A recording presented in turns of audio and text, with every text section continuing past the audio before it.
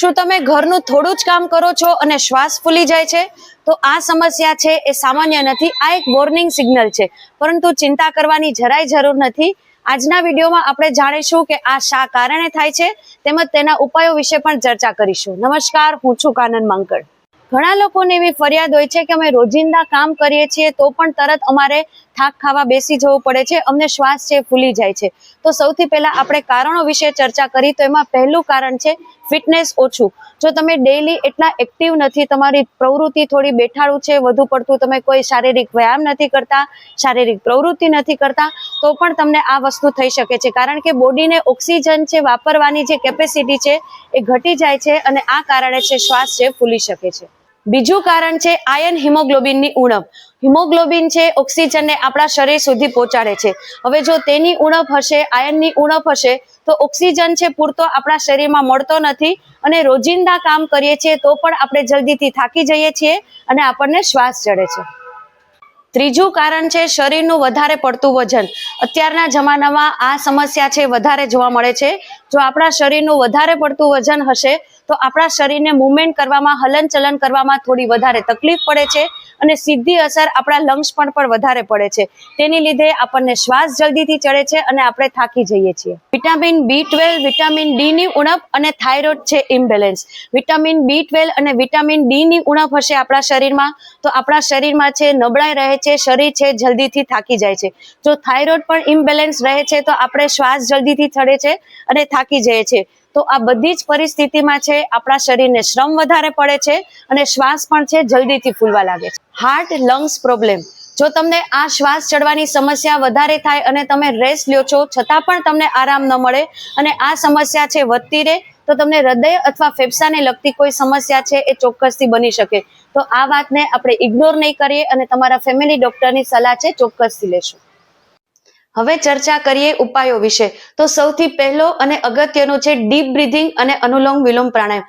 જો તમને નાના મોટા કામ કરતા ખરેખર શ્વાસ ફૂલી જાય છે અને તમે નિયમિત આ બે વસ્તુનો અભ્યાસ કરશો તો 100% છે તમને આ સમસ્યામાંથી પાર પડશે. તો કઈ રીતે કરવાનું છે ડીપ બ્રીધિંગ? સિમ્પલ એક શ્વાસ લેવાની પદ્ધતિ છે પરંતુ સાચી રીતે. તો અહીં 1 થી 2 વખત બતાવીશ જેનાથી તમને ઈઝી રહે.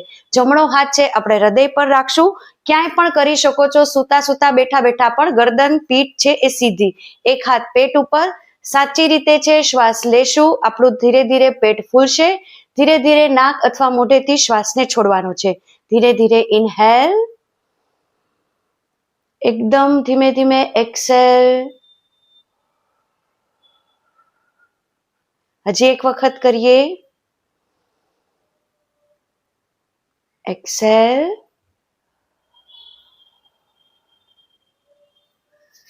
And relax. સિમ્પલ આ એક ટેકનિક તમારા આખા શરીરમાં ઓક્સિજનનું પ્રમાણ છે ખૂબ જ વધારી દેશે. તમે ક્યાંય પણ આરામથી કરી શકો છો.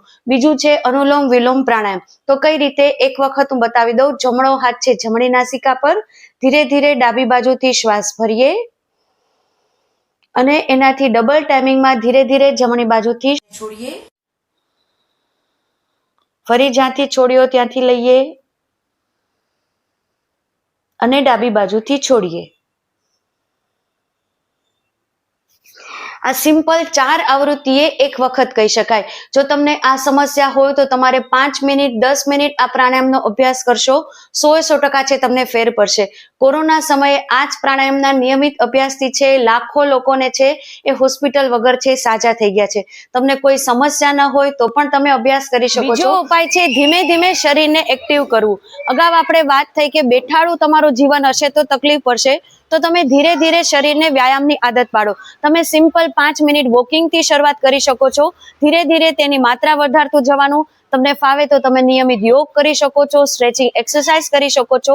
બની શકે તો આખા અઠવાડિયામાં તમારે 150 મિનિટ 5 દિવસ તમે જો શરીરને આપશો તો 100% તમને આ સમસ્યા હશે તેમાંથી ધીરે ધીરે તમને રાહત થઈ જશે. ત્રીજો ઉપાય છે આયર્ન રીચ ફૂડ. તમારે આયર્નનું પ્રમાણ શરીરમાં વધારવા માટે તમે એને વધારતો ખોરાક લઈ શકો. પાલક છે, બીટ છે, ગાજર છે, સફરજન, દાડમ છે, ગોળ છે, તો કેટલાક એવા ફળ છે, શાકભાજી છે, સૂકા મેવા છે, તેને તમે નિયમિત છે આહારમાં લઈ શકો.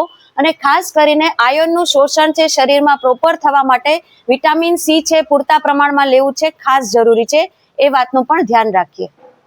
ચોથો ઉપાય છે વેઇટ કંટ્રોલ. જો તમે તમારા શરીરનું વજન છે એ નિયંત્રણમાં રાખશો તો ઓટોમેટિક છે તમે તમારી રૂટીનની પ્રવૃત્તિ છે એ પણ ઇઝી લાગશે, તમને તમારું વજન ઉપાડવું પણ ગમશે, અને જે નાની નાની વાતોમાં થોડું ચાલો દોડો એમાં પણ તમને શ્વાસ ચડી જાય છે, એમાંથી પણ તમને ઘણા ખરા અંશે રાહત થઈ છે. પાંચમું ચેસ્ટ ઓપનિંગ આસના. આ ખૂબ જ અસરકારક ઉપાય છે. અહીં હું 4 થી 5 આસનોના નામ કહીશ, જેનો તમે નિયમિત અભ્યાસ કરશો તો 100% છે તમને શ્વાસ ફૂલવાની સમસ્યા હશે તેમાં પણ રાહત થશે અને તમારી સ્ટેમિનામાં પણ વધારો થશે. એક તો છે ભુજંગાસન, ઉષ્ટ્રાસન, ચક્રાસન, સેતુબંધ આસન અને ગોમુખ આસન.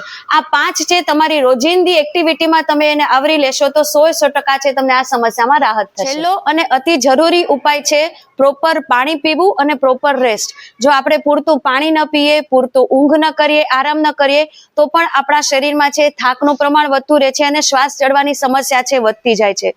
તો આપણે આખા દિવસમાં છે પૂરતું પાણી પીએ અને નિયમિત છે 6 થી 8 કલાકની ઊંઘ લઈએ તો પણ આ સમસ્યા છે ઘણે ખરે અંશે નિવારી શકાય. જો તમને વારંવાર છાતીમાં દુખતું હોય, શ્વાસ ચડતો હોય, ચક્કર આવતા હોય તો તમારે ડોક્ટરની સલાહ લેવી છે, ખૂબ જરૂરી છે.